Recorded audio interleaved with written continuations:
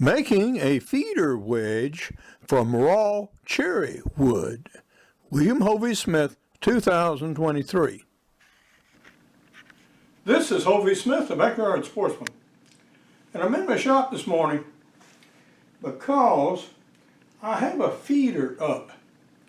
And the feeder's on a small twisted pine tree. Consequently, it's hanging at an angle about like that. And what I'm going to do is to make a prop so I can bring it back more up nearly to vertical, so when I put feed in it, it doesn't excessively pour out on the ground. And I went in my wood pile and I found 2 pieces of wild cherry. Cherry is naturally rot resistant. It's not quite as good as cedar, but nearly.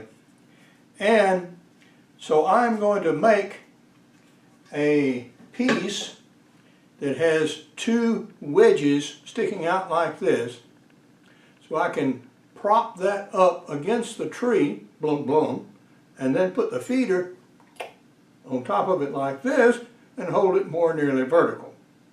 So that's the work in hand.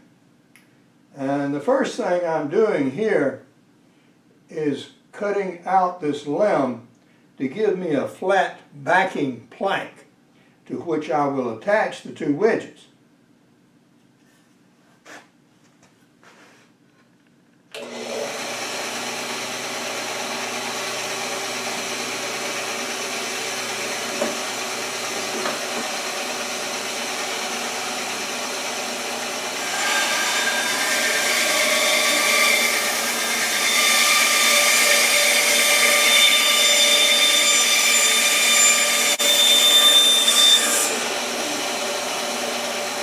Now that gives me much more nearly a flat surface.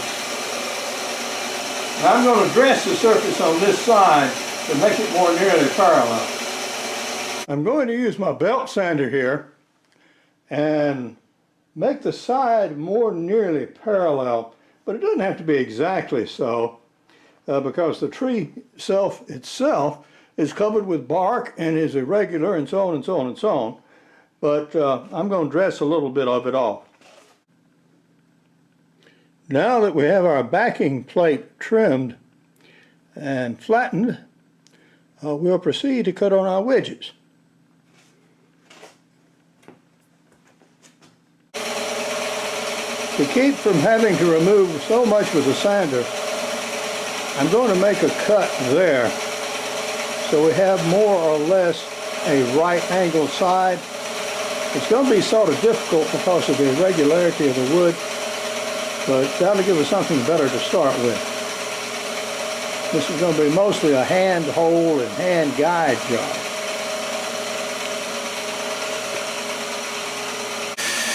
We're getting near the end here.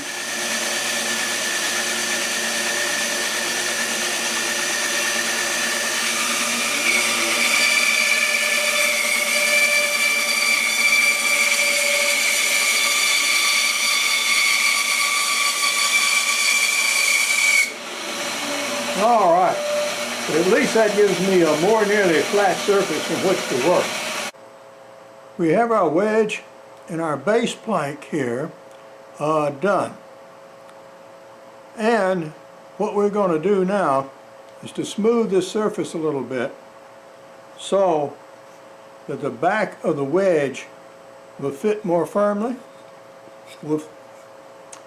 And we're not going to use the full width of this wedge. We're going to cut 2 1-inch pieces from it. One about here and one about here, and then screw and glue those to the base plate. The reason is my feeder is rounded like a bucket, and so if I put just 1 point of contact on the back, it will still want to rotate in front. So I want to give it 2 and sort of anchor it down to keep it from moving quite so much in the wind and when the tree sways. We're looking over our screws and nails and fastenings, and we've got one honking big screw there.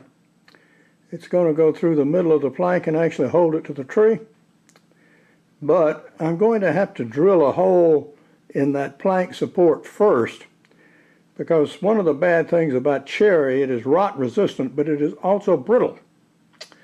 So if I put too much pressure on it, yeah, we're almost sure to split it.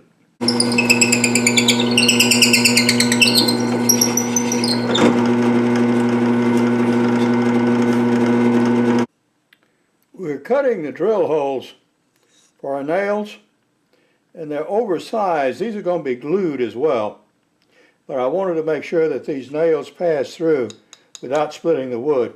And we're going to put another pair here and then make a cut there, and this will be our wedges. We're going to use the fence to cut out our wedges.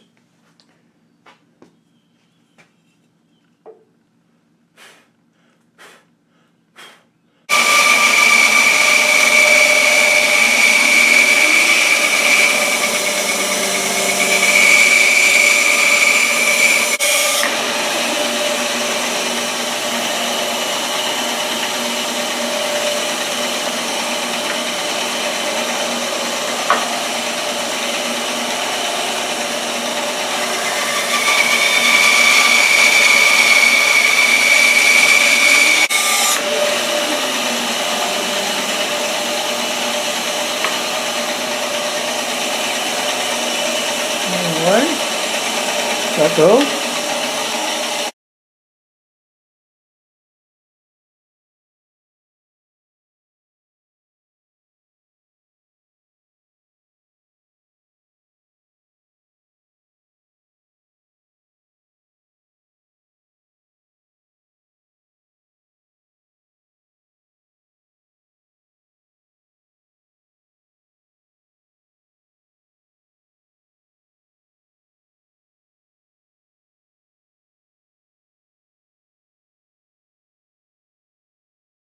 I have a little bit of JB Weld epoxy, so we're going to use that.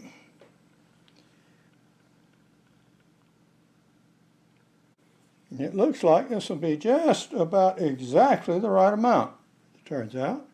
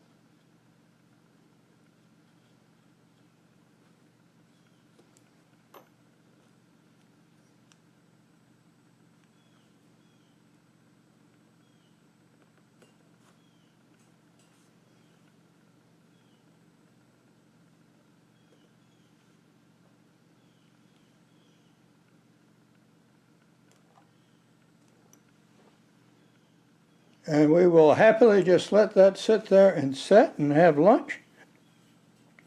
And when we come back, we'll drill these holes down into our supporting plank and put in the nails. It's the next morning. Now liquid steel is set.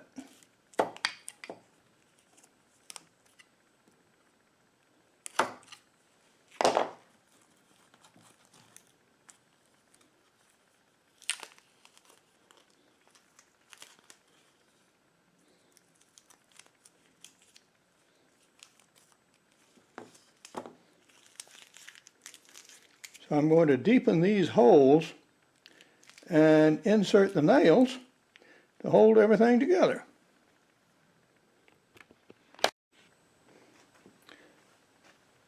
Since all the holes are slightly oversized, we're going to put epoxy on the nails.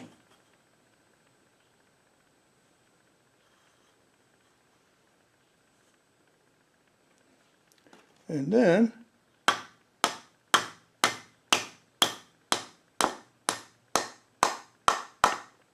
tap them through.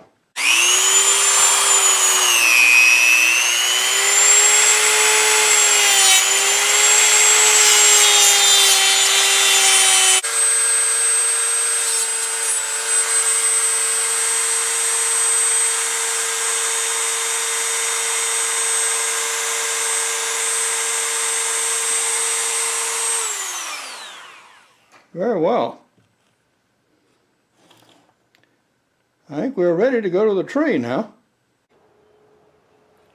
We did a test of concept by using a single wedge, and this is from a leveling wedge from a tree lounge tree stand. And it has had the problems that the feeder would actually pivot around it, and so it wasn't really all that satisfactory. So now we're going to try our own device and see if that does a little better. As it turned out, I didn't have to use that screw after all. That tree is already damaged enough. I didn't need to put another hole in it. And now the stand is elevated and level, and it'll tend to rock and keep that support with it despite having some sway. So yeah, that's exactly what needed to be done there.